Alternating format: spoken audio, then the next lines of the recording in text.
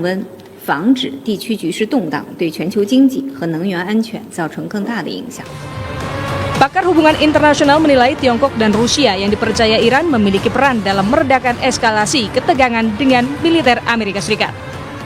Tentunya Tiongkok dan Rusia sedang berunding di balik layar ini, karena mereka tahu sekali yang dihadapi adalah seorang Donald Trump dan seorang Hexet yang sama-sama itu punya masalah kejiwaan. Mereka juga masih melihat bahwa masyarakat Amerika Serikat juga ternyata kok diam-diam saja begitu. Kongresnya diam, senatnya diam, kemudian masyarakat umumnya diam. Tampaknya mereka diam-diam juga menyetujui rencana gila-gilaan dari Donald Trump ini. Dan ini yang tampaknya harus diingatkan kepada PBB.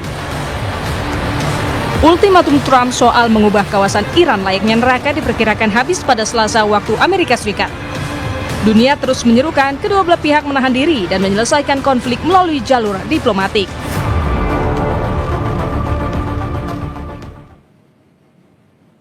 Selamat pagi saudara, Anda menyaksikan Breaking News Kompas TV bersama saya Renata Panggalo. Serangan Iran ke aset Amerika di negara-negara Teluk semakin gencar usai Trump mengultimatum Iran untuk membuka Selat Hormuz dalam 48 jam.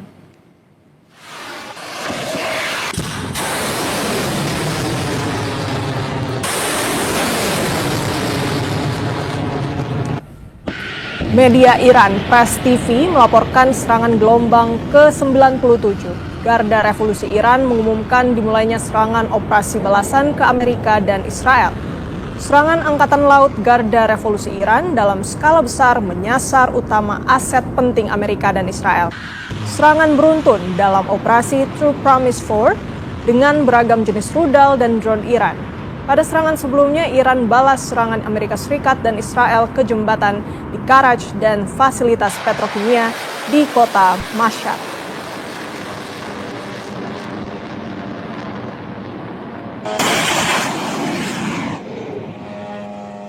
Iran juga merilis rekaman peluncuran drone dengan target pabrik petrokimia di Dimona, Israel, serta pusat komando Angkatan Darat AS di Bubian, Kuwait.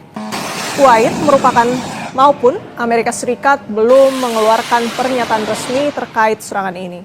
Namun Garda Nasional Kuwait mengklaim menembak jatuh 2 drone dan sebuah pesawat tak berawak dalam 24 jam terakhir.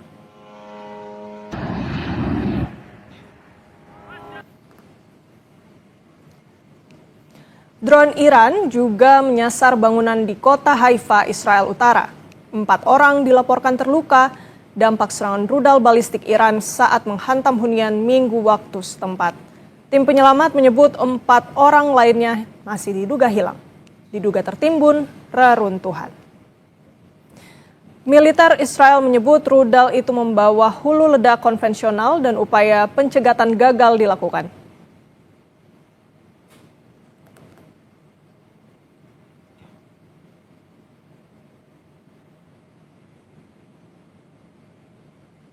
Donald Trump ultimatum Iran buka Selat Hormuz dalam 48 jam. Rusia dan Tiongkok diyakini juga tengah menyusun rencana membantu Iran. Situasi ini bisa membuat perang Timur Tengah semakin dahsyat dan mengancam keselamatan lebih banyak orang.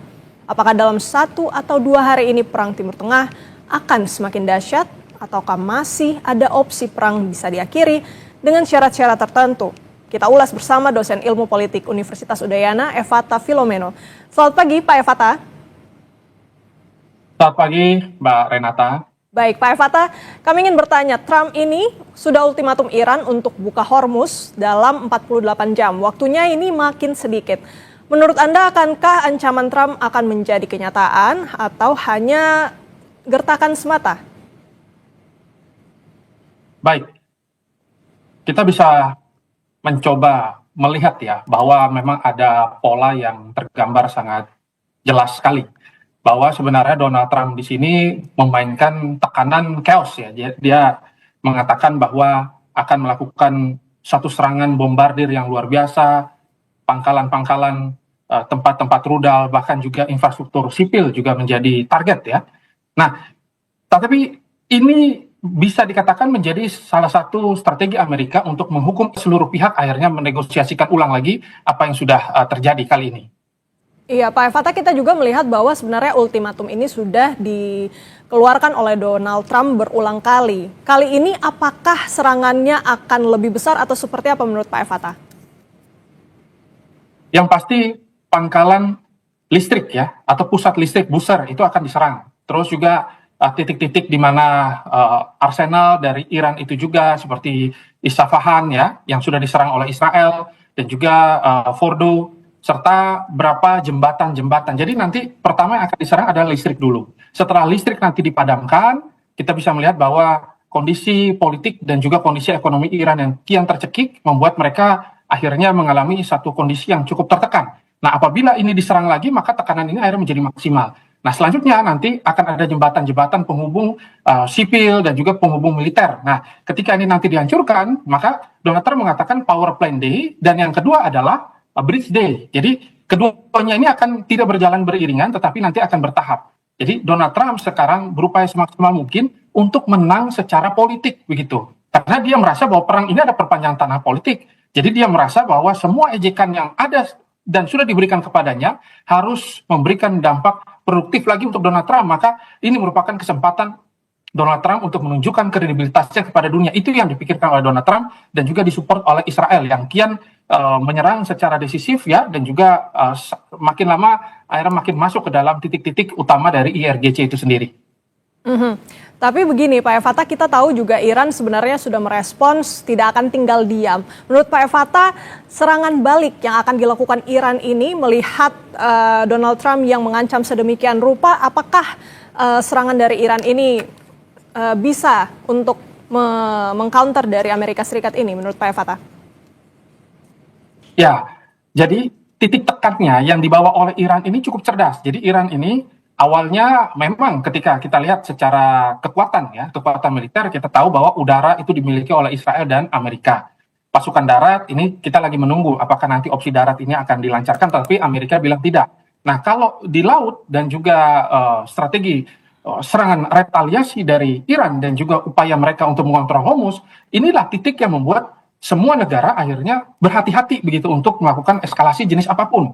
Makanya Rusia dan Cina juga akhirnya mengatakan bahwa mereka harus menegosiasikan hal ini dan menyampaikan kepada negara Teluk juga agar jangan sampai ini terjadi eskalasi akhirnya merugikan semua pihak. Dan yang paling menarik adalah Houthi ya, dengan pegangan mereka di Selat Bab el-Mandeb, ini tanda bahwa ada dua titik yang ditekan oleh Iran. Nah, kalau satu titik dibuka, misalkan Hormuz dibuka, Bab el-Mandeb tutup, sama juga Israel nanti rugi gitu. Jadi semua titik akhirnya terkunci. Inilah yang cukup menarik dimainkan oleh Iran ya, bahwa mereka tidak takut sama sekali dan silakan saja mereka menyerang atau membunuh. Mereka ini seperti ular hydra ya. Jadi kepala dipotong tumbuh lagi, kepala dipotong tumbuh lagi. Jadi mereka tidak takut dalam atrisi perang asimetris hari ini. Itu yang saya lihat. Sudah ada respons juga dari Iran, tapi yang kita tahu kan sebenarnya juga jalur perundingan ini sepertinya masih juga jalan begitu ya, dari Iran dan US nampaknya masih ada negosiasi begitu. Nah, ini seberapa seberapa tinggi harapan untuk akhirnya diplomasi itu bisa berjalan lancar dan tidak ada eskalasi yang semakin meningkat, Pak Fata? Ya, pertama, negara-negara seperti Cina dan juga Rusia ini memainkan strategi axis of evasion. Jadi mereka itu menang perang tanpa mengeluarkan pasukan sedikit pun atau darah yang tumpah gitu. Mereka memainkan satu upaya untuk mendukung Iran, memberikan diplomasi, memberikan tekanan ya secara internasional. Mereka mensupport intelijen, mereka mensupport satelit-satelit mereka dan lain sebagainya lah. Tetapi kita bisa melihat bahwa kondisinya negara-negara tersebut belum menunjukkan satu tekanan yang benar-benar nanti akan mengubah situasi. Karena apa? Apa yang sekarang dialami oleh Amerika Serikat dianggap sebagai titik yang cukup memalukan. Jadi mereka tetap akan melakukan satu agresivitas yang benar-benar maksimal untuk menunjukkan bahwa saya tidak bermain-main begitu. Itu yang diharapkan oleh Amerika Serikat. Tetapi kalau nanti titiknya akhirnya cukup merugikan secara ekonomi, dan Amerika mulai kehabisan darah dalam perang kali ini secara politik ya, karena keinginan Donald Trump ini ada menang secara politik dan perang ini ada perpanjangan dari politik, itu yang sedang dituju gitu. Maka nanti kemungkinan akan ada 10 resolusi yang disetujui oleh kedua belah pihak, baik dari Iran dan juga dari, kan Iran mengajukan 15. Nah, mungkin Amerika nanti Iran mengajukan 5 ya, Amerika mengajukan 15. Nanti depannya kita akan melihat mungkin ada 10 poin yang akhirnya bisa didiskusikan kembali dan mungkin bukan deeskalasi tetapi gencatan senjata. Jadi Amerika Serikat mengatakan bahwa kami ingin gencatan senjata, tapi caranya bagaimana? Nah, Israel ini kan dia membunuh semua pimpinan-pimpinan politik yang akhirnya menyebabkan diplomasi ini tidak berjalan begitu. Karena kan sekarang kondisinya IRGC ini kan berupaya semaksimal mungkin untuk bertahan dan memberikan tekanan secara maksimal juga. Mereka mengatakan bahwa mereka sudah dihianati berkali-kali. Jadi makin sulit karena fakta antara yang disampaikan secara publik ya dengan fakta yang terjadi di lapangan ini malah berbeda tekanannya. Demikian. Baik, Pak Fata, juga Anda menarik membahas bagaimana Tiongkok dan juga Rusia ini juga mulai bergerak ya dalam perundingan mengenai konflik di Timur Tengah ini. Menurut Anda seberapa efektif nantinya yang akan dilakukan baik Rusia dan juga Tiongkok untuk bisa setidaknya mendorong adanya proses deeskalasi di antara Iran dan juga Amerika Serikat, Pak? Ya, pertama bahwa kita tahu bahwa kondisi Rusia juga sangat sulit hari ini melawan Ukraina. Ukraina akhirnya menusuk ya berapa titik-titik dan ini cukup berbahaya.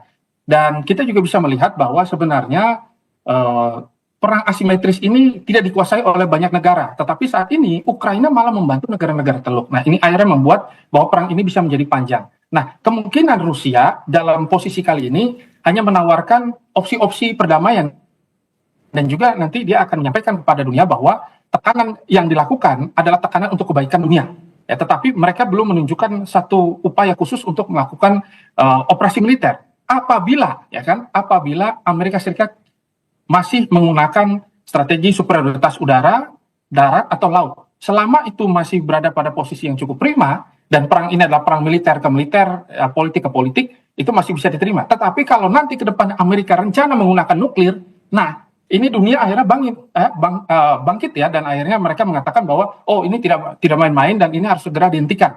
Nah, kita juga lihat bahwa Pakistan dan Cina ini secara back channel itu terus mengupayakan agar ada perdamaian. Dan sebenarnya dulu ya sebelum ada operasi-operasi seperti ini, harusnya diplomasi itu terjadi di Cina begitu. Dan itu sudah bocor kajian intelijennya di mana-mana bahwa Cina mempersiapkan tempat tersebut. Tetapi Amerika masih belum mau dan Iran juga merasa bahwa ini belum sampai titik tekan di mana Amerika harus merasakan bahwa mereka cukup rugi dalam perang ini. Nah, inilah yang menyebabkan keduanya juga akhirnya semakin sulit. Tapi upaya untuk membuka diplomasi dan upaya untuk mengajak semua pihak untuk berhenti ini sudah mulai terasa. Akan tetapi hegemoni Cina dan Rusia kali ini diuntungkan. Rusia unggul secara ekonomi ya. Cina juga dengan pembayaran yuan dan USDT tanda bahwa dolar nanti ke depannya bisa terkurangi ya kekuatan hegemoninya mereka, tetapi pada datanya memang dolar memang sekarang masih meningkat. Nah, ini akhirnya menjadi paradoks, semua menjadi paradoks. Baik, Pak Fata, ini juga yang menarik karena kita lihat, coba kalau kita rincikan satu-satu, mungkin kita mulai dari Rusia. Kan Rusia ini juga sebenarnya salah satu pihak yang diuntungkan dari perang ini, dalam tanda kutip. Minyak ini juga menjadi menguntungkan, harga minyak sekarang ini menjadi menguntungkan untuk Rusia karena salah satu yang mengekspor juga begitu. Nah, menurut Pak Fata, seberapa serius political will dari Rusia untuk kemudian ingin menciptakan perdamaian ini? Dengan adanya situasi di mana ini sebenarnya menguntungkan dari Rusia sendiri, Pak Fata. Ya, keuntungan dari Rusia memang kita bisa hitung ya. Jadi mereka akhirnya sekarang benar-benar mengekspor berapa energi-energi yang dibutuhkan oleh dunia. Yang selama ini terkena sanksi juga kan di beberapa titik. Tetapi juga mereka melakukan hubungan diplomatik yang sangat baik dengan Iran. Sehingga rantai pasok ini belum terputus. Nah, kalau ditanya terkait dengan political will dan juga situasi ekonomi mereka memang berupaya semaksimal mungkin agar eskalasi ini tidak sampai tingkatan penggunaan nuklir. Itu yang saya lihat ya. Dan Rusia juga merasa bahwa kalau opsi darat nanti dilakukan oleh Amerika, ini akan kontraproduktif. Nah, Amerika ini kan cepat membaca. Dia membaca, bahwa kalau serangan strategi darat ini akan merugikan. Sehingga Donald Trump kemarin menyampaikan bahwa tidak akan ada serangan darat. Dia mendengarkan Israel. Israel ini kan selalu menyerang dengan penggunaan kekuatan udara mereka yang sangat superior itu. Nah, itulah yang akhirnya menjadi titik tekan utama. Akan tetapi kalau kita kaji dengan menggunakan strategi Van Cloud Switch, bahwa aksi strategi dari Iran ini belum disentuh oleh Amerika Serikat begitu. Nah, Amerika Serikat ini penasaran, maka tekanan ini itu membuat mereka mencari-cari terus apakah infrastruktur yang harus diserang, apakah pimpinan yang harus diserang. Pimpinan diserang tidak jadi masalah, mereka dapat bertahan. Titik tekan dari infrastruktur kalau ditekan mereka juga tidak masalah, mereka mampu bertahan. Nah, ini yang membuat mereka penasaran terus dan kedepannya yang dipaksa oleh Amerika adalah regime change. Nah, mungkin kedepannya kalau selama ini masih berjalan tidak menggunakan kekuatan militer yang menghancurkan umat manusia dengan sangat-sangat parah itu, maka kemungkinan Rusia hanya memberikan support saja. Kalau saya lihat demikian. Baik, berarti begini, Pak Efata, saya juga ingin bertanya mengenai, kita tahu kan sebenarnya dari ada koalisi 40 negara, ada juga di situ sebenarnya sekutu-sekutu dari Amerika Serikat yang berusaha untuk membujuk Iran supaya Selat Hormuz ini dibuka. Karena nampaknya memang eskalasi ini membuat maksud kami dampaknya ini bisa sudah sangat meluas begitu ya ke negara-negara lain, tidak hanya di negara Teluk saja tetapi di negara-negara yang memang bergantung pada energi begitu. Nah, menurut Pak Efata nih, sampai dengan hari ini kan memang belum ada langkah yang signifikan, gebrakan yang signifikan dari koalisi ini. Menurut Anda apa daya tawar yang bisa dilakukan oleh koalisi 40 negara ini yang dipimpin oleh Inggris untuk kemudian bisa membantu juga deeskalasi dari konflik antara Amerika dan juga Iran untuk setidaknya membuka Selat Hormuz? Ya, untuk deeskalasi harusnya mereka semua sepakat ya untuk tidak membiarkan akses ya kepada Amerika Serikat, misalkan untuk menggunakan pangkalan-pangkalan mereka ya sebagai tempat pelintasan atau tempat untuk menaruh arsenal mereka atau apapun lah gitu. Nah, kalau niat itu terlihat kan enak, tapi pada kenyataannya justru yang memaksa diplomasi ini nanti ke depannya harus terjadi adalah Iran itu sendiri. Iran yang memegang kontrol tersebut, maka Iran nanti akan memaksa seluruh negara, termasuk kita bisa melihat bahwa Hormuz tadi sudah dipegang, El Mandeb juga rencana nanti akan dipegang, terus ada berapa titik-titik ya, pusat-pusat teknologi yang investasi S&P dari Amerika itu gila-gilaan ya. Mereka sangat berharap agar itu jangan sampai diserang, itu juga menjadi target serangan dari Iran. Maka akhirnya semua berada pada posisi hancur sama-sama. Inilah yang saya sebut dengan Iran memainkan opsi Samsonite ya. Jadi dia menghancurkan diri bersama dengan musuh-musuhnya. Nah, maka negara-negara Teluk nanti ke depannya masih mencoba semaksimal mungkin untuk menyampaikan kepada Dewan Keamanan PBB bahwa mereka berupaya untuk melindungi diri sendiri. Akan tetapi kalau sampai itu terjadi, yang terjadi malah eskalasi. Maka harusnya negara-negara Teluk ya, termasuk Pakistan yang cukup dekat dan dipercaya oleh Iran, ini mulai membicarakan dan mendiskusikan hal tersebut. Harusnya hal tersebut sudah dan proposal-proposal tersebut harusnya sudah mulai dibicarakan dan juga mulai ada balasan-balasan yang muncul. Tetapi sampai hari ini memang belum ada. Tekanan dari Donald Trump meningkat ya, malah dia memainkan diplomasi Armageddon. Rubio bilang lain, ya Hegseth bilang lain, Donald Trump bilang lain. Jadi tujuannya tidak clear begitu. Apa yang dimau? Kalau Iran hanya satu aja, hargai mereka, ganti rugi, selesai begitu. Tetapi Amerika Serikat tidak mau. Amerika Serikat merasa bahwa kalau itu dilakukan, berarti mereka sudah sedari awal melakukan kejahatan kriminal. Itu yang ditakutkan oleh Amerika. Maka tekanannya makin dinaikkan, semua akhirnya deadlock. Pak Efata, saya masih ingin bertanya mengenai peluang bagaimana kemudian negara-negara sekutu yang setidaknya dekat dengan Amerika Serikat ini bisa membujuk Trump ini. Tapi kita jeda sejenak, tetap di Breaking News Kompas TV.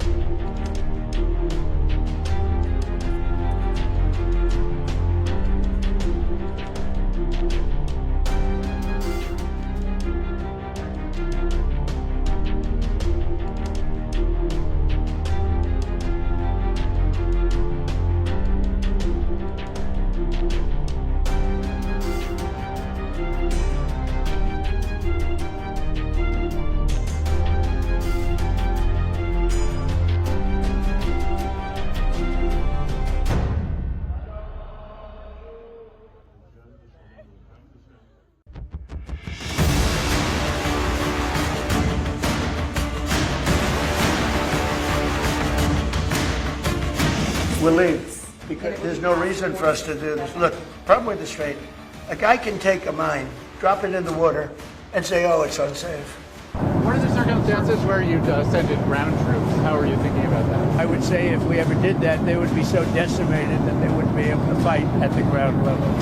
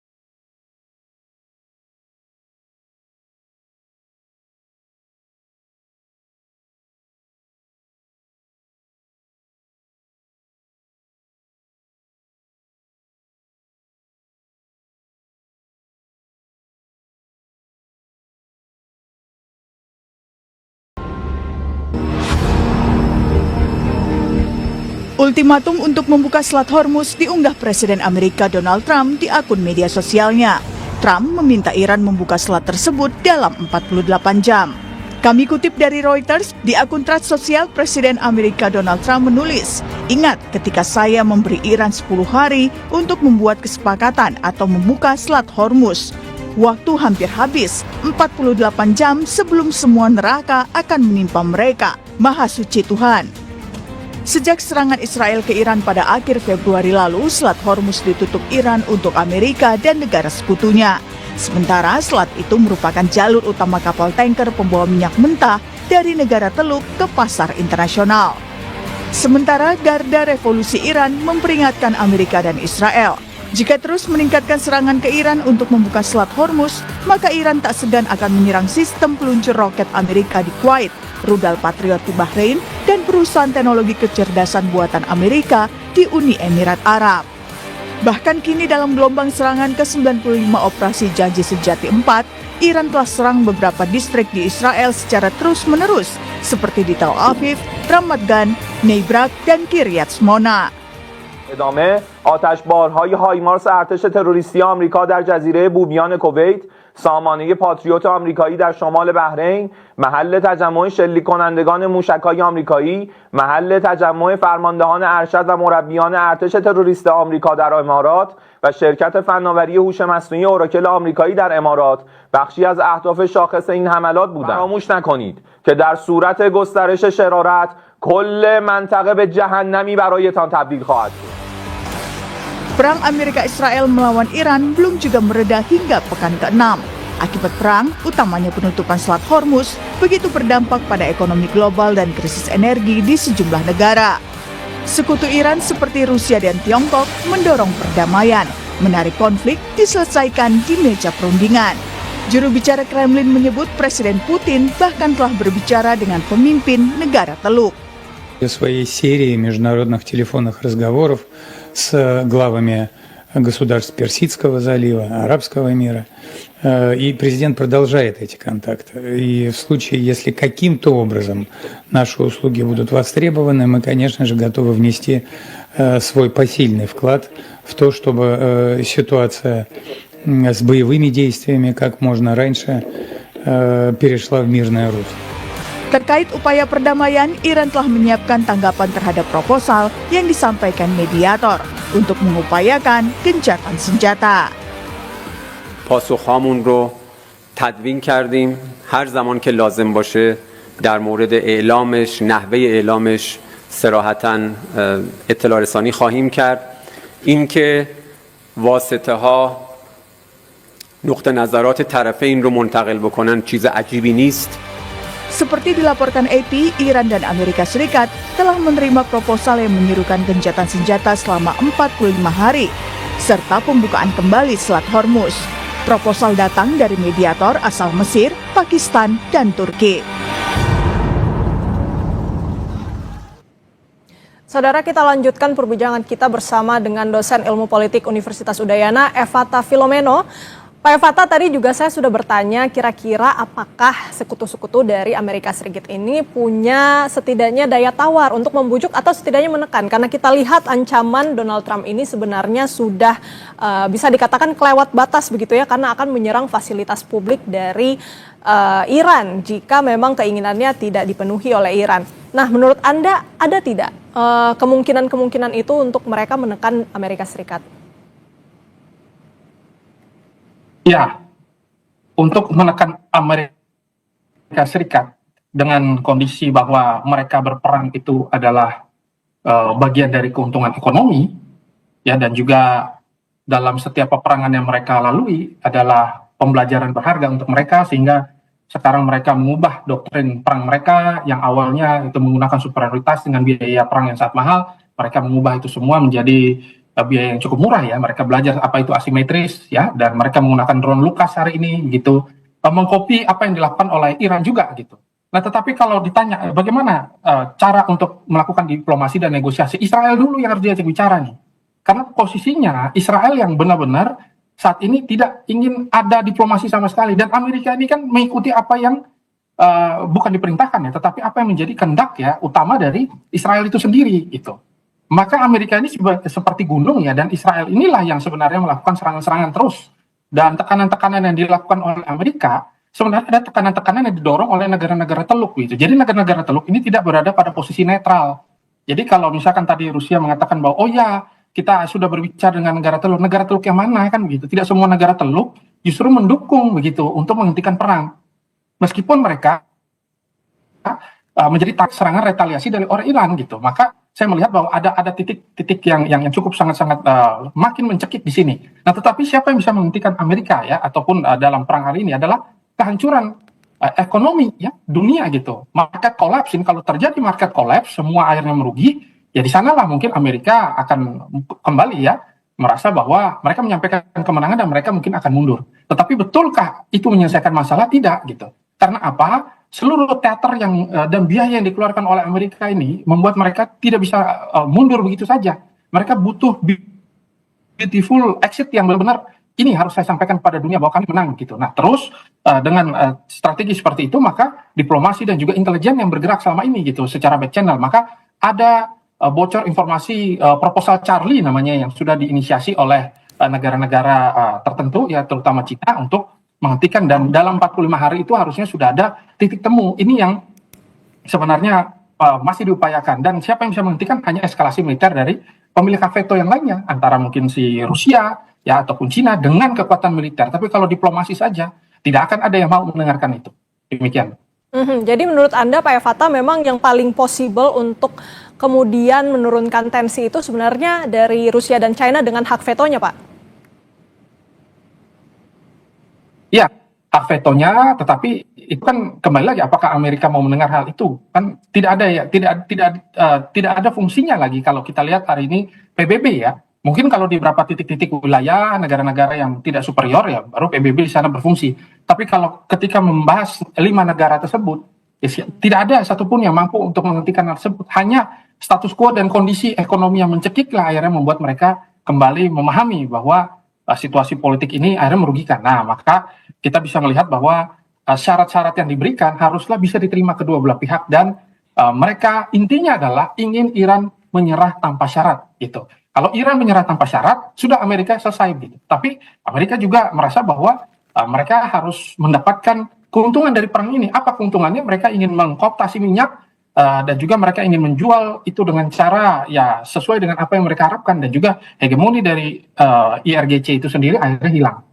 Regime change yang mereka harapkan, begitu. Pak Fatah tadi menarik juga Anda sebutkan PBB. Tapi kalau yang kita lihat sebenarnya PBB ini merupakan salah satu channel diplomasi yang sebenarnya belum terlihat taringnya sampai dengan saat ini. Menurut Anda sebenarnya apa yang bisa setidaknya dicoba oleh PBB untuk setidaknya meredakan tensi ini? Karena sampai sekarang kita belum melihat yang signifikan begitu ya Pak? Iya. Nah ini makanya Donald Trump meskipun kita katakan bahwa yang bersangkutan itu ya dalam teori itu membaca Donald Trump itu kan seperti orang gila ya, madman teori itu. Kita harus pakai itu untuk membaca. Jadi Donald Trump ini sudah membaca skenario tahun 2026. Dia keluar ya dari seluruh fakta-fakta pertahanan jenis apapun, dia ejek NATO, dia katakan ini lemah, dia katakan itu lemah, dia menyalahkan semua pihak begitu. Untuk apa? Untuk nantinya mereka bergerak secara leluasa begitu. Kan kita mengatakan bahwa mereka secara arogansi memang sangat-sangat tinggi sekali gitu, egosentrisnya segala macam. Tetapi di balik itu kalau kita baca strategi, ada strateginya. Mereka keluar dari itu semua untuk bebas melakukan apa saja. Nah, ketika ada tekanan-tekanan internasional, hanya tekanan militer yang bisa menghentikan. Kalau tekanan diplomatik, Donald Trump juga memainkan itu terus-menerus. Dan dia merasa bahwa dialah orang yang harus mendapatkan Nobel Prize gitu. Tapi kali ini, Nobel Prize sudah dikubur, intinya dia mau menang perang gimana pun caranya. Dan termasuk dengan cara penggunaan opsi-opsi yang seharusnya tidak dilakukan nanti ke depannya. Nah, itulah yang kalau saya lihat ya, bahwa posisi PBB akhirnya tidak memiliki bargaining yang cukup kuat. Karena apa? Mereka mengatakan bahwa selama ini mereka yang mensupport PBB, mereka yang memberikan dana yang sangat besar, negara-negara lain tidak, dan mereka tinggal menyalahkan semua pihak, dan akhirnya dengan mereka sudah keluar dari bentuk-bentuk kerjasama strategis dan diplomasi apapun, mereka akhirnya memenangkan ya situasi ini dengan cara bertindak dengan bebas. Demikian. Pak Fatah tadi juga menarik, Anda sempat menyebut kalau Iran ini, maksud kami Amerika Serikat ini melihat kalau Iran tidak menyerah maka akan terus menyerang begitu ya. Nah seperti ini kan kita lihat Amerika Serikat ini adalah negara adidaya yang punya banyak sumber dana untuk membiayai perang. Sementara dari segi kualitas militer kemudian pendanaan militer ini memang nampaknya yang unggul Amerika Serikat. Tetapi dari segi kecerdikan, dari strategi perang memang kita tidak bisa pungkiri Iran juga punya ini. Nah, kalau Anda melihat ini, Pak Fatah, setujukah kalau misalnya kita lihat ya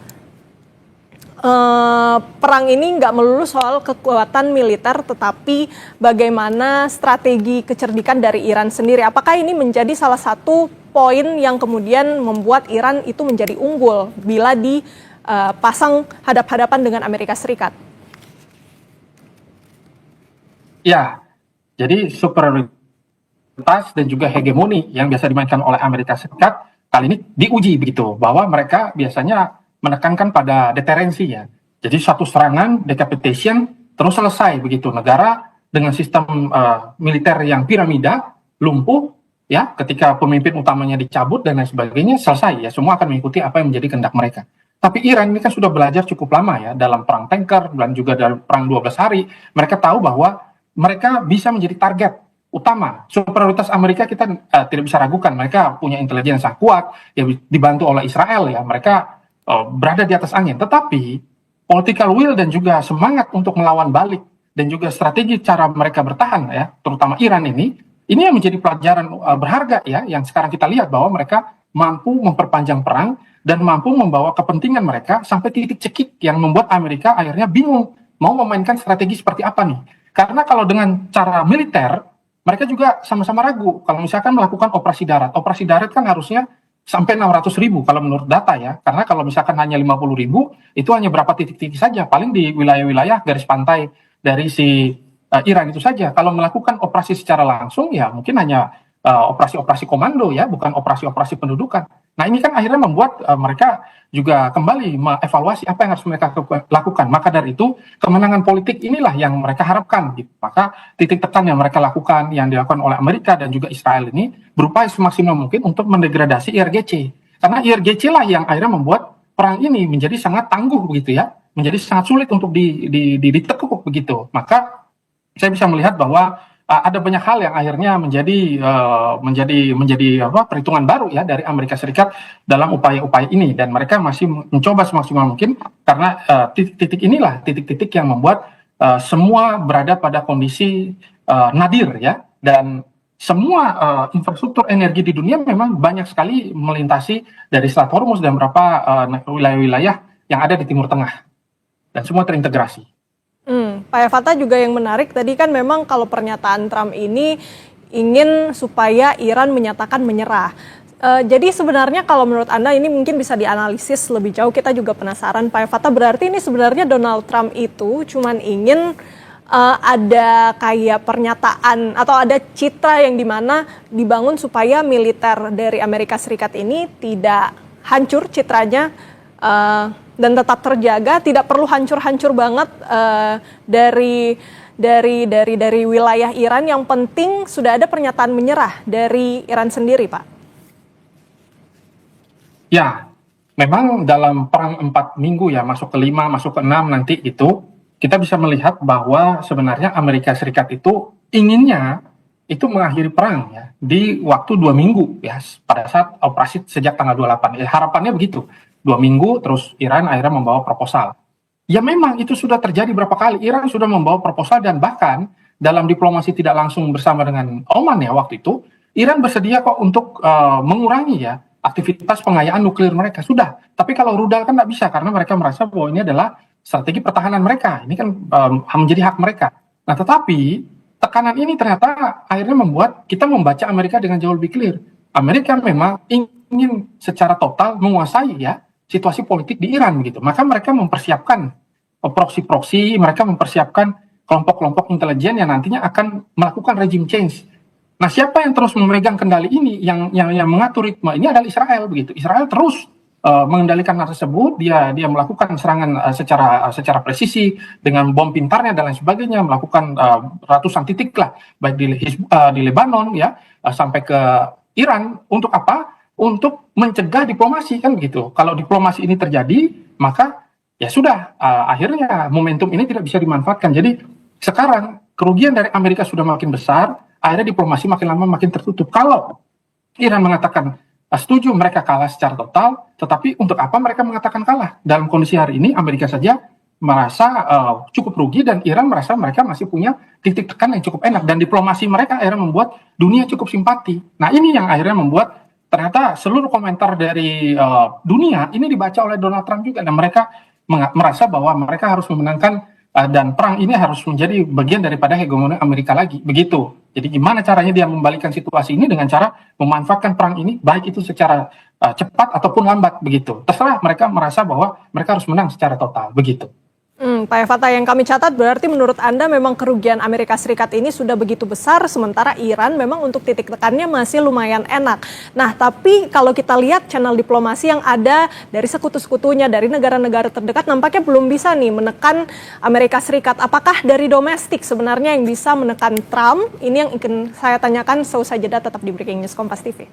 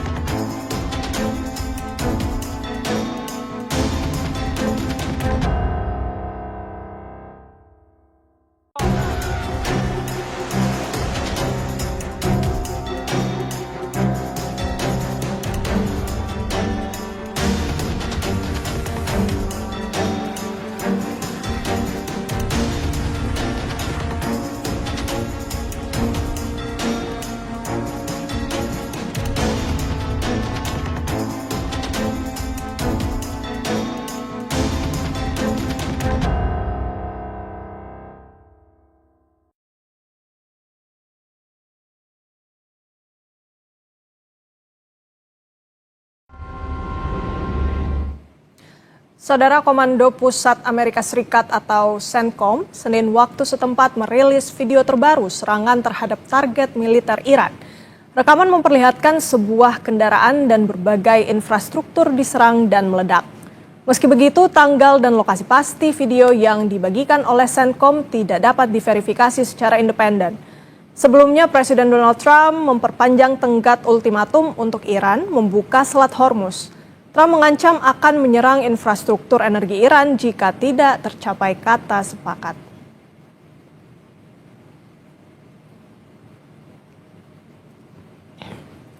Pusat Komando Amerika Serikat merilis rekaman yang menunjukkan pasukannya menargetkan sebuah drone Iran saat perang di Timur Tengah memasuki minggu ke-6. Dalam rekaman terlihat sebuah drone meledak setelah terkena serangan. Tanggal dan lokasi pasti dari video yang dibagikan oleh CENTCOM tidak dapat diverifikasi secara independen.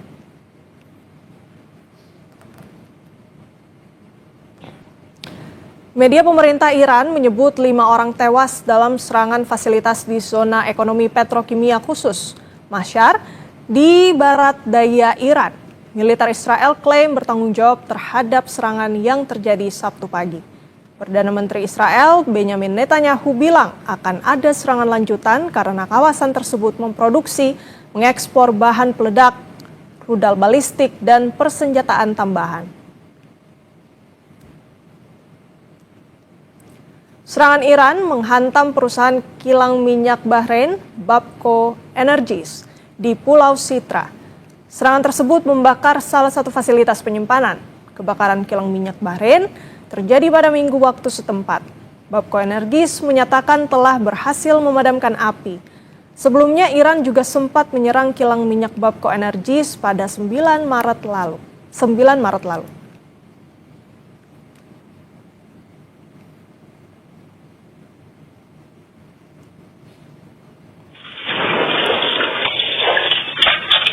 Masih dari kota Kiryat Shmona, Israel.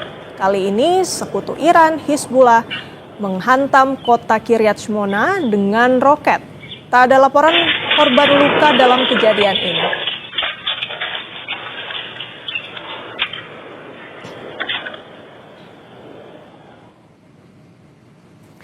Israel juga merilis serangan sebuah truk yang digunakan sebagai peluncur rudal balistik bergerak di Tabriz, Iran, Sabtu waktu setempat.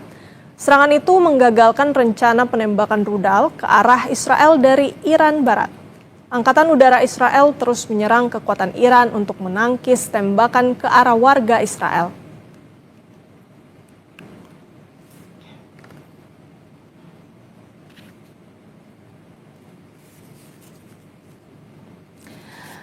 Saudara, kita lanjutkan breaking news Kompas TV. Tadi kami masih berdialog bersama dengan Evata Filomeno, dosen ilmu politik Universitas Udayana.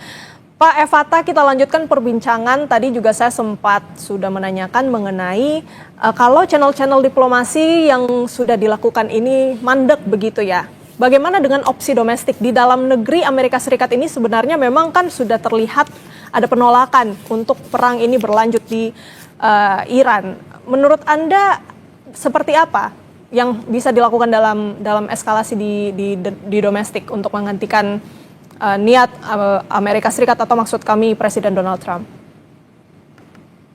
Ya, jadi kita terbuka saja. Memang ada satu strategi. Ketika politik dalam negerimu hancur, maka buatlah kerusuhan di luar begitu. Nah, ini kan dimainkan oleh Donald Trump, melihat juga bahwa ini juga sempat terjadi di era kepemimpinannya Vladimir Putin. Jadi waktu itu harusnya ya Putin ini kan mengalami satu tekanan politik yang luar biasa. Akhirnya dia meladeni perang dengan Ukraina. Dan ketika terjadi perang dengan Ukraina, situasi politik di dalam negerinya akhirnya tidak bisa menekan begitu. Karena apa? Kondisinya lagi berperang kan begitu. Apakah ia mencabut seorang presiden dalam kondisi ia menjadi panglima tertinggi dan kondisi keamanan Amerika Serikat? Dia akan mengatakan begitu ya, kondisi keamanan Amerika, muka Amerika, segala macam, dia akan mengatakan bahwa itu ada di pundaknya. Nah, kalau tiba-tiba diganti, ya diganti dengan siapa? Apakah nanti langsung ada deeskalasi dan seluruh kepentingan Amerika akan hancur? Ya, tidak mau begitu. Nah, maka ini juga sebenarnya dimainkan oleh Netanyahu. Netanyahu meskipun banyak ya yang mendukung mereka di dalam negerinya, tetapi awalnya penolakan ini kan terjadi di seluruh dunia begitu. Maka penolakan ini belum mampu untuk menggoyang Donald Trump secara total, tetapi membuat Donald Trump ragu. Iya, Donald Trump merasa bahwa kalau saya melanjutkan ini, saya kontraproduktif. Akan tetapi Donald Trump merasa bahwa dia memiliki cukup waktu lah untuk meladeni Iran dengan sangat lama begitu. Dan Iran juga mengatakan bahwa kalau mau kita lama, kita sekalian lama. Dan kita harus terbuka juga bahwa kekacauan itu adalah bagian dari strategi Amerika. Kalau dunia ini kacau, ya dunia ini berada pada kondisi yang kritis, ya kita lihat bahwa mereka itu punya semua cadangan yang ada gitu. Mereka kan sudah menimbun ini ratusan tahun begitu. Jadi kalau terjadi kekacauan, harga minyak naik turun, mereka tinggal buka cadangan. Mereka nggak takut, dunia yang takut. Nah, ini dia makanya perlu kita sama-sama pahami bahwa kekacauan ini menjadi salah satu strategi dari Amerika Serikat untuk mengacaukan dolar naik ya. Ketika nanti tekanan mereka mengajak sekutu-sekutu masuk, terus dia tinggalkan, dia support habis-habisan dengan proksi-proksinya. Setelah itu akhirnya tertekan dan kalah, mencekik ya. Nah, ini ada salah satu strategi yang biasa digunakan oleh Amerika dan harus kita baca dan artikulasikan dengan baik, sehingga tekanan politik saat ini ya, meskipun dengan kasus Epstein ya, terus macam-macam lah kontroversinya, bahkan dia tidak takut juga di penjara. Dia adalah presiden yang pernah dipenjara. Jadi hukuman itu tidak menakutkan sama sekali buat Donald Trump. Buat apa? Nah, maka satu-satunya yang cukup menakutkan adalah ya tekanan militer ya, atau tekanan-tekanan penggunaan nuklir dari negara-negara yang selama ini masih diam begitu. Kalau itu sampai terjadi ya otomatis ya mereka mungkin akan mundur dulu ya, karena itu bisa sangat-sangat merugikan, dan yang mereka takutkan adalah kematian juga ya dari pasukan-pasukannya nanti akan memukul situasi politik dalam negeri Amerika Serikat. Demikian, Pak. Baik, Pak Evata, yang saya tangkap berarti menurut Pak Evata tadi ya mudah bagi Amerika Serikat, karena kalaupun mereka cadangannya habis atau apa ya mereka masih punya, maksud kami kalau dunia lagi kritis cadangan mereka masih ada, jadi mereka bisa menggunakan itu. Tetapi kalau untuk negara lain kita lihat sudah banyak yang mengalami krisis ya, maksud kami ada Belgia, Pakistan, Kamboja.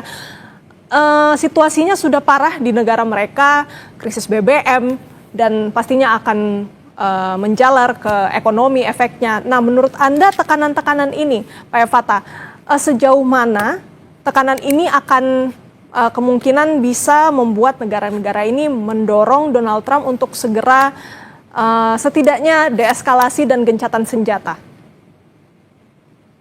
Ya, ini pertanyaan yang sangat-sangat menarik ya, bahwa bagaimana kita melihat ini semua. Pada kenyataannya, Amerika jualan minyak juga, dia jualan energi gitu. Dan banyak negara akhirnya terpaksa membeli minyak itu. Dan Amerika menawarkan bahwa siapapun yang lewat Selat Hormuz nantinya akan mereka proteksi meskipun sekarang gagal begitu. Tapi kalau dilakukan dan tekanan terus-menerus, lama-lama wilayah dari Hormuz ini juga kan bisa diambil begitu. Kita juga harus melihat bahwa harus ada negara-negara lain yang mendukung Iran untuk melakukan serangan balik begitu. Nyatanya belum banyak yang berani begitu. Nah, maka ini kan akhirnya terbaca sebagai satu tekanan titik cekik yang membuat akhirnya Amerika unggul dalam hal ini. Meskipun hari ini mereka seolah-olah ya mengalami kerugian sangat besar, alutsista militernya. Mereka sudah hitung semua, mereka merasa bahwa apapun yang dikeluarkan hari ini, itu adalah uang yang sangat baik untuk kembali nantinya gitu. Maka kalau misalkan dia menguasai Hormuz dan dia menguasai minyak Venezuela, dia sudah menguasai 31% minyak di dunia. Untuk apa lagi dia merasa takut? Dia akhirnya menjadi pemenang tunggal energi di dunia gitu. Inilah yang membuat kita harus waspada sebenarnya. Ada upaya untuk menyampaikan kepada dunia bahwa stand with Amerika akhirnya lebih baik. Inilah yang membuat banyak negara-negara, bahkan negara teluk yang harusnya sudah memainkan opsi netral, nyatanya masih ingin mendukung karena ya semua dikontrol oleh mereka. Nah, maka kembali lagi, meskipun dunia yang lain merasakan pendarahan yang hebat akibat kerugian, kita hitung ya, rata-rata negara di dunia ini cadangan minyaknya 31 hari, rata-rata nih ya. Nah, sedangkan Cina sangat banyak ya, nah, Amerika juga sangat banyak. Kalau dalam posisi nanti kritis, Amerika jual 2 kali aja harganya, atau Rusia jual 2 kali. Kan toh juga akan berputar di 3 negara itu. Dan 3 negara ini ada satu diplomasi ekonomi yang belum hilang. Banyak perusahaan Amerika juga ada di Cina. Begitu juga teknologi Cina juga disupport untuk ke Amerika, meskipun kita anggap seolah-olah keduanya ini saling tekan. Padahal pada kenyataannya berapa pabrik raksasa-raksasa juga ada di sana gitu. Ini kan berarti mereka tidak akan berani itu saling melukai hari ini karena keuntungan ekonomi yang mereka dapatkan juga sangat besar begitu. Itu yang saya lihat ya. Jadi secara sisi keuntungan gitu, meskipun kerugian perang ini cukup membuat ya parlemen mereka itu marah-marah segala macam, tetapi belum ada yang mampu untuk menggantikan Donald Trump dan juga kepentingan Amerika untuk didegradasi hari ini begitu. Mereka merasa bahwa tidak masalah karena dia tidak perang sendirian, dia perang bersama dengan Israel, dia perang bersama negara teluk, jadi dia merasa aman saja. Nanti lama-lama NATO tiba-tiba ikut juga. Nah, kalau semua ikut ya akhirnya Iran yang tertekan. Nah, ini yang kita takut, skenario terburuk. Tapi kalau situasi nanti ke depan berbeda, ya otomatis perang ini akan berhenti dan juga perang ini akan menuju kondusivitas dan restrukturisasi dunia yang lebih bagus dan lebih baik. Pak Efata, ini juga yang kita ingin tanyakan, selain memang ini sudah berdampak ke negara-negara lain, tetapi Indonesia sendiri kita lihat ini sudah ada beragam kebijakan ekonomi yang sudah dilakukan, ada beragam penghematan dari sisi MBG, kemudian juga dari penghematan bensin sudah dibatasi, kemudian juga WFH. Nah, menurut Pak Efata nih, sudah seberapa krisis kalau mau dibilang dampaknya ini ke Indonesia? Ya, untuk Indonesia kita memang pasti rumit ya untuk menentukan posisi yang paling tepat ya dalam hal ini dan keluar dari krisis yang ada. Ini kan satu krisis yang dialami tidak cuma di Indonesia, di banyak negara. Ya, pertama yang harus kita hitung adalah cadangan minyak kita begitu, dan harus berani terbuka, dan ada beberapa pos-pos yang harus kita potong gitu. Karena apa? Harga minyak dunia ini per barel kan sudah nyentuh 140. Nah, kalau nanti menurut proyeksi itu Bab El Mandeb ditutup, naik lagi. Jadi akhirnya bisa sampai 200 ya.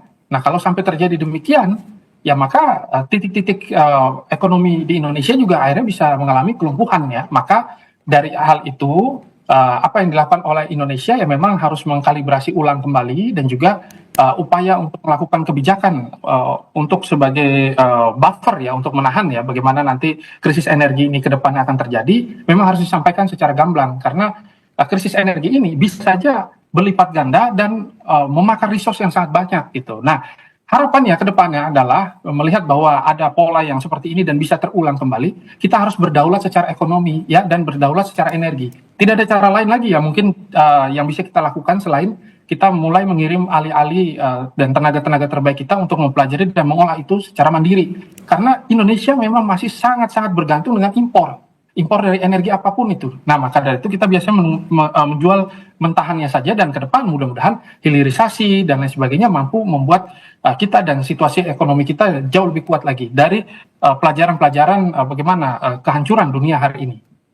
Baik, Indonesia harus mulai melakukan langkah-langkah untuk menuju berdaulat ekonomi ya Pak Fatah. Masih ada yang ingin saya tanyakan mengenai beragam penghematan yang dilakukan Indonesia, tapi kita tahan sebentar, kita break dulu, tetap di Breaking News Kompas TV.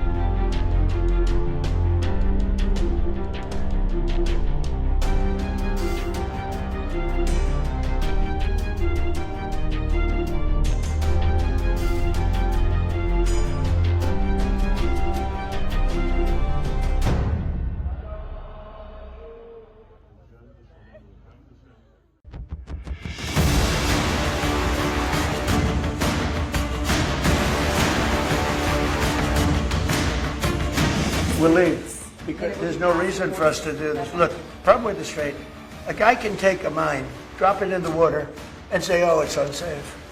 What are the circumstances where you'd send in ground troops? How are you thinking about that? I would say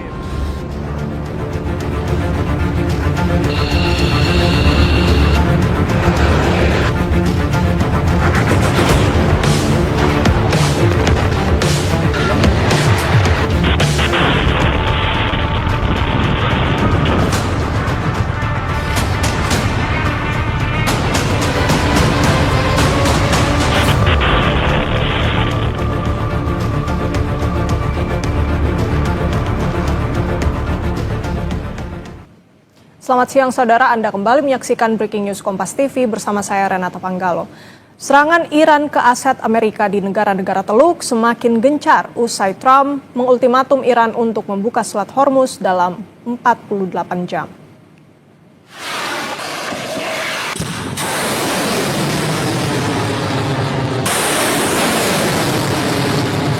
Media Iran, Press TV melaporkan serangan gelombang ke-97. Garda Revolusi Iran mengumumkan dimulainya serangan operasi balasan ke Amerika dan Israel. Serangan Angkatan Laut Garda Revolusi Iran dalam skala besar menyasar utama aset penting Amerika dan Israel.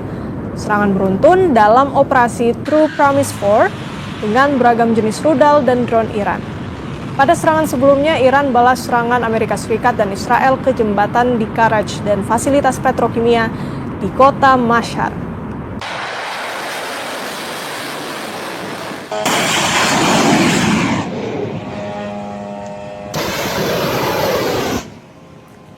Iran juga merilis rekaman peluncuran drone dengan target pabrik petrokimia di Dimona, Israel, serta pusat komando Angkatan Darat AS di Bubiyan, Kuwait. Kuwait maupun Amerika Serikat belum mengeluarkan pernyataan resmi terkait serangan ini. Namun Garda Nasional Kuwait mengklaim menembak jatuh 2 drone dan sebuah pesawat tak berawak dalam 24 jam terakhir.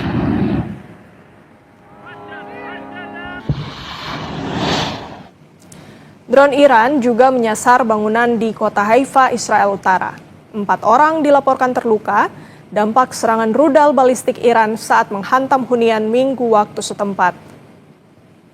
Tim penyelamat menyebut 4 orang lainnya masih hilang diduga tertimbun reruntuhan.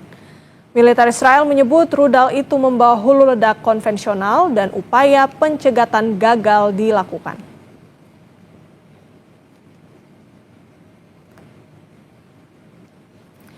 Donald Trump ultimatum Iran buka Selat Hormuz dalam 48 jam. Rusia dan Tiongkok diyakini juga tengah menyusun rencana membantu Iran. Situasi ini bisa membuat perang Timur Tengah semakin dahsyat dan mengancam keselamatan lebih banyak orang. Lebih lanjut kita berbincang bersama dengan dosen ilmu politik Universitas Udayana, Evata Filomeno. Pak Evata, kita lanjutkan perbincangan kita. Tadi sebelumnya Pak Evata juga sempat menyinggung soal proposal Charlie. Nah, menurut Pak Evata ini memungkinkankah barang ini tuh bisa mengantarkan setidaknya untuk menyentuh langkah-langkah deeskalasi, Pak Evata? Ya. Proposal Charlie, ya, meskipun ini merupakan satu proposal yang memang masih tidak begitu banyak diketahui, ya, karena ini bergerak secara intelijen memang, akan tetapi kita bisa melihat bahwa yang mendorong agar hal ini nanti ke depannya terrealisasi ini adalah negara-negara yang memang berharap agar ini segera terkontrol, lah, ya. Mungkin kalau dikatakan apakah nanti ceasefire ataupun perang ini berakhir, kepentingan Amerika akan berakhir, tidak juga gitu. Jadi ya sebenarnya ini hanya menunda gitu hasil daripada kehancuran dunia yang kita lihat sama-sama begitu. Nah, maka proposal Charlie ini memang banyak sekali diinisiasi oleh Cina juga, ya, yang berupaya semaksimal mungkin untuk menyampaikan dan menjadi salah satu mitra yang dipercaya, ya, terutama Pakistan juga.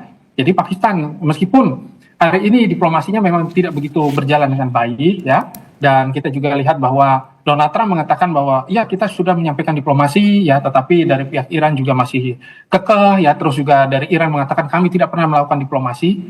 Akan tetapi kalau kita baca Iran ini ada dua situasi politiknya dan juga IRGC ini berbeda begitu. Kalau IRGC pasti akan mengatakan bahwa oh jangan ada diplomasi.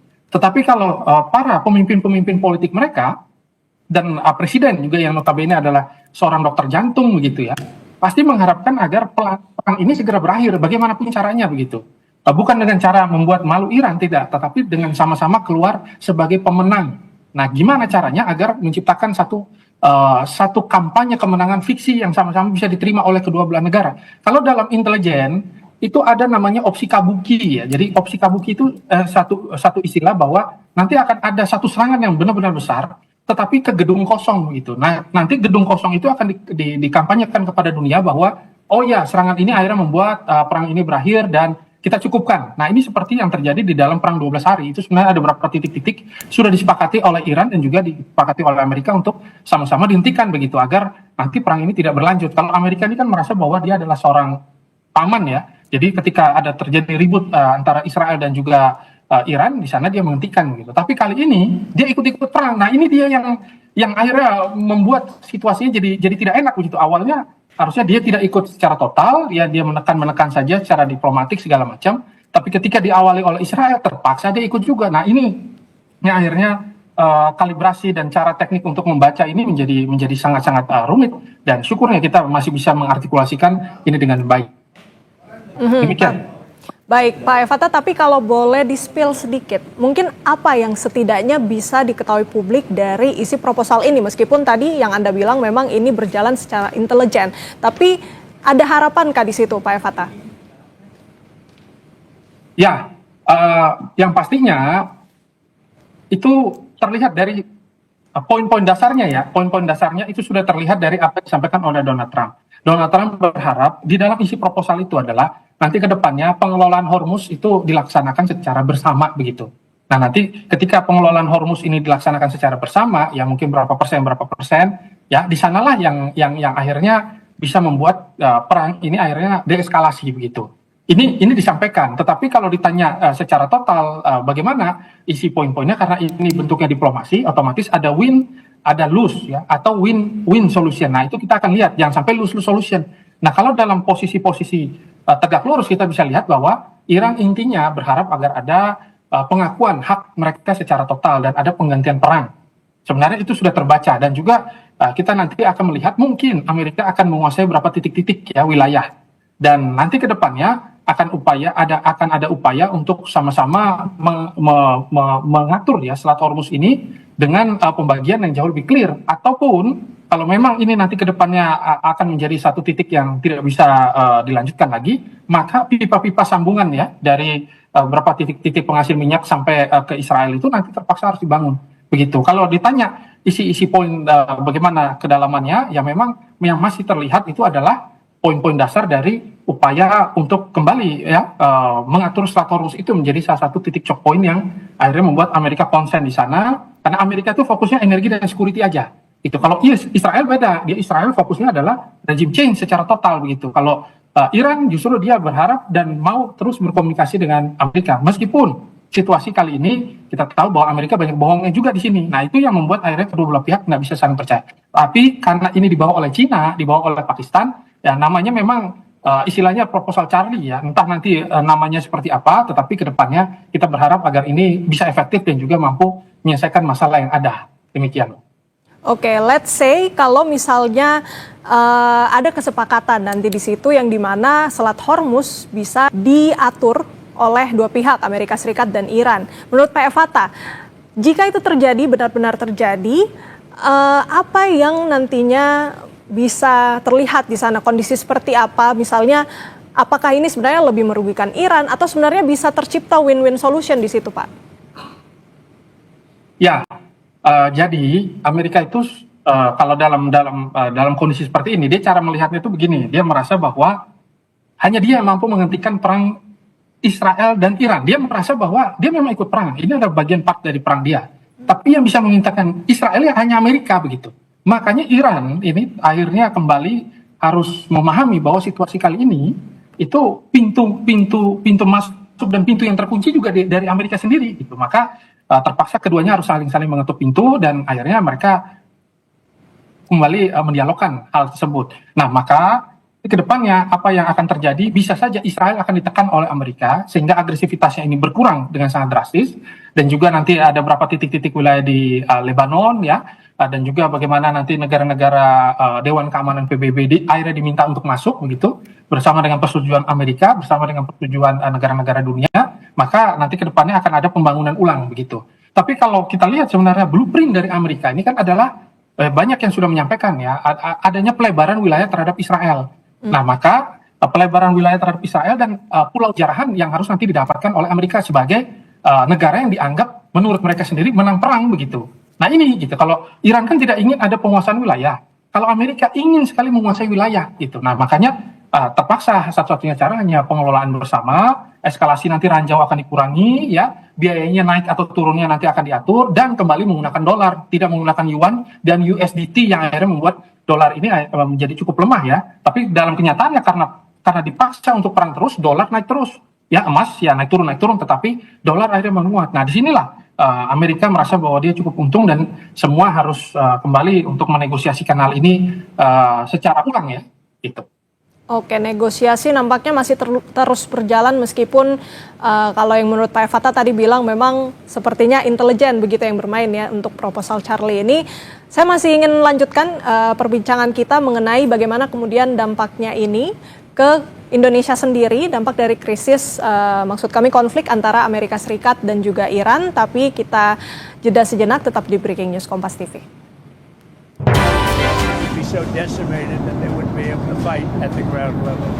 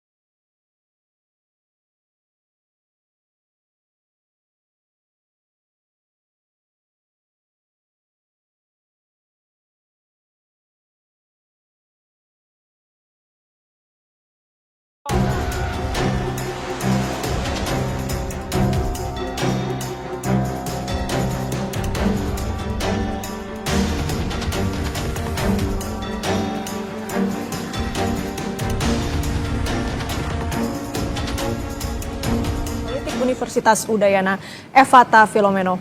Pak Evata, kita lihat ultimatum dari Donald Trump ini 48 jam, sebentar lagi berakhir begitu. Pak Evata melihat sudah mau berakhir, bagaimana nantinya ini Indonesia bersiap dengan dampak-dampak yang kemungkinan ditimbulkan dari ultimatum Trump?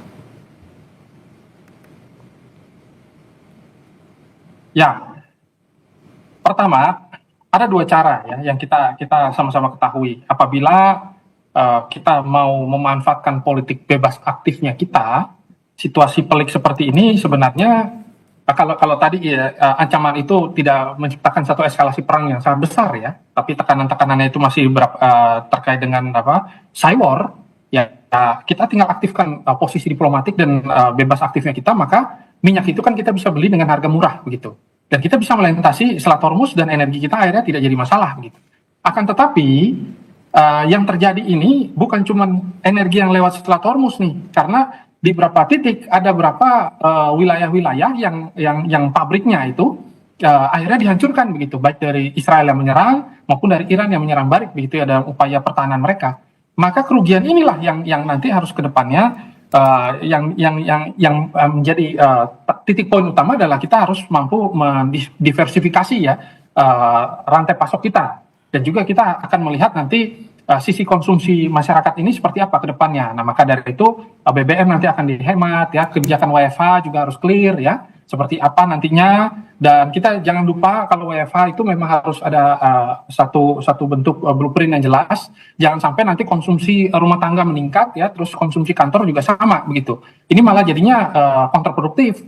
Kalau memang harus ada konsumsi yang dibatasi seperti apa ya. Terus juga kita harus aktifkan cadangan strategis ya. Nah, kita tahu bahwa Indonesia juga memiliki cadangan strategis dan juga mungkin ke depannya harus ada ekspektasi ya terhadap nilai tukar. Kalau memang nanti menyentuh segini ya berarti kos belanja negara harus seperti ini ya. Ya kita harus bermain ya dalam situasi ini baik dari secara politik, diplomatik dan lain sebagainya. Nah, cuma posisi Indonesia ini memang lagi erat-eratnya dengan Amerika ya. Jadi kebijakan resiprokal ART itu akhirnya membuat kita bisa membeli beberapa produk-produk Amerika dengan harga yang cukup murah. Ya, ini yang akhirnya dimanfaatkan juga. Dan Pak Prabowo juga aktif dalam diplomasi internasional, kemarin ke Jepang ya, kemarin ke beberapa negara ya, termasuk ke Turki dalam sisi pertahanan dan lain sebagainya. Yang pasti ya dalam upaya opsi ke depan akan ada banyak diplomasi yang dilakukan untuk mencegah kelangkaan ya, scarcity di dalam negara kita yang era melumpuhkan. Tetapi kalau rantai pasok ya pasti macet. Kalau terjadi serangan besar-besaran, otomatis Selat Hormuz ditutup, bukan cuma Amerika yang nutup, tapi Iran juga nutup begitu. Nah, ini gimana kan? Nah, tiba-tiba itu ketutup, Bab El Mandeb ketutup, tambah kacau lagi. Nah, ini makanya semua pihak harus menyiapkan opsi Armageddon begitu. Kalau memang nanti ke depannya ini semua akhirnya terkunci, ya Indonesia harus seperti apa? Dan harus disampaikan. Meskipun sekarang ini kan pelan-pelan sudah disampaikan, harga aftur naik, maka penerbangan tiket akhirnya melambung tinggi ya, dan lain sebagainya. Nah, maka kita harus terbuka dan jujur karena seluruh opsi itu pasti akan nanti terpaksa kita ambil untuk keluar dari krisis ini. Demikian, Mbak. Baik, Pak Evata, kita ulas satu-satu ya. Tadi Anda bilang dari segi diplomasi, bebas aktif, kemudian juga dari untuk di domestik, rantai pasok ini harus dipastikan. Kita ke bebas aktif diplomasi dulu. Tadi Pak Evata bilang juga kalau sebenarnya Presiden Prabowo Subianto sendiri ini juga lumayan hands on ya, dari segi diplomasi ini sudah ke negara-negara. Tapi menurut Pak Evata apa yang bisa setidaknya di-boost atau ditambah begitu dari segi diplomasi kita, apalagi Pak Presiden ini juga sudah langsung hands on, apa yang setidaknya bisa memperbaiki situasi Indonesia dengan menggunakan diplomasi tadi, Pak Evata?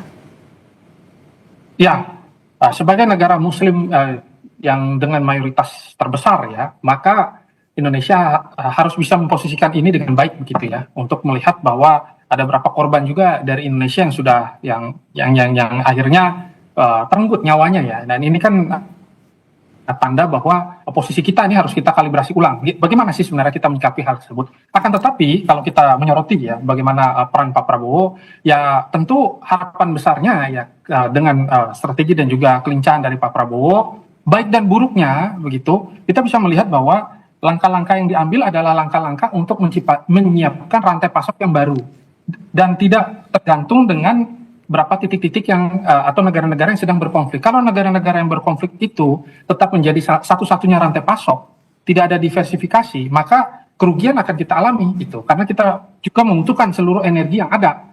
Nah, maka dari itu seluruh opsi-opsi yang ada di Indonesia ya dengan posisi-posisinya harus diaktifkan kembali dan dikalibrasi ulang dan juga dikalibrasi ulang dan juga terutama terkait dengan penghematan. Kita tahu bahwa ketika diplomasi berjalan, ada bantuan, ada kerjasama strategis, tapi apakah bangsa kita ini mampu berhemat dan juga keluar dari krisis ini dengan menerapkan satu strategi yang cukup mumpuni? Nah, ini kembali lagi ya harus dikawal dan juga dihitung kembali. Maka kalau terkait dengan dinamika kondisi politik kita saat ini ya memang kita memang bebas aktif, tetapi memang ada kecondongan-kecondongan tertentu yang membuat pemerintah akhirnya terpaksa mengambil hal tersebut. Nah, apakah ini produktif ataukah kontraproduktif? Selama kepentingan nasional masih bisa berjalan, ya ini yang harus kembali dipantau dan juga dilihat agar nanti ke depannya poin-poin strategis ya dalam krisis ini bisa kita lalui dengan sangat baik, terutama untuk stabilitas dulu lah ketika terjadi konflik ini seperti apa gitu. Demikian. Oke, kepentingan yang harus diutamakan terlebih dulu, utamanya untuk rantai pasok energi dan lain-lain. Pak Fatah, saya juga ingin lebih mendalami soal upaya penghematan kita di dalam negeri. Kita lihat sudah ada beberapa kebijakan yang dikeluarkan pemerintah, WFH, kemudian juga pembatasan BBM, kemudian juga dari segi APBN juga, dan Pak Purbaya juga bilang kalau kita juga punya sisa anggaran lebih begitu. Nah, kira-kira apa lagi yang bisa dihemat, Pak Fatah? Atau mungkin ada yang bisa diintensifkan lagi, mungkin yang bisa dilakukan oleh pemerintah, singkat saja. Ya, yang bisa dilakukan oleh pemerintah yaitu melakukan pasar spot ya. Jadi ketika jual belinya itu secara langsung tidak melalui pihak-pihak ketiga, otomatis harga akan jauh lebih murah. Ya, dan juga kita bisa melihat bahwa nanti ke depannya harus ada upaya ya yang dilakukan oleh negara, salah satunya mereka harus mempersiapkan hedging khusus ya. Jadi ketika nilai tukar ini akhirnya meningkat terus, nah proyeksinya ini kan harus kita siapkan ini berapa persen akan meningkat. Nah, kalau terjadi hal tersebut maka pemerintah harusnya tidak gelagapan. Nah, terkait dengan penghematan seperti apa? Tadi WFH kan salah satu opsi yang kita pilih. Maka tadi sempat juga saya sampaikan kalau WFH-nya ini blueprint-nya tidak keluar dan tidak jelas, ini bahaya. Karena nanti di rumah juga kita gunakan energi, di luar rumah dan kantor juga menggunakan energi. Kita ambil contoh misalkan biasanya kita kerja di satu titik, AC-nya AC sentral kan begitu.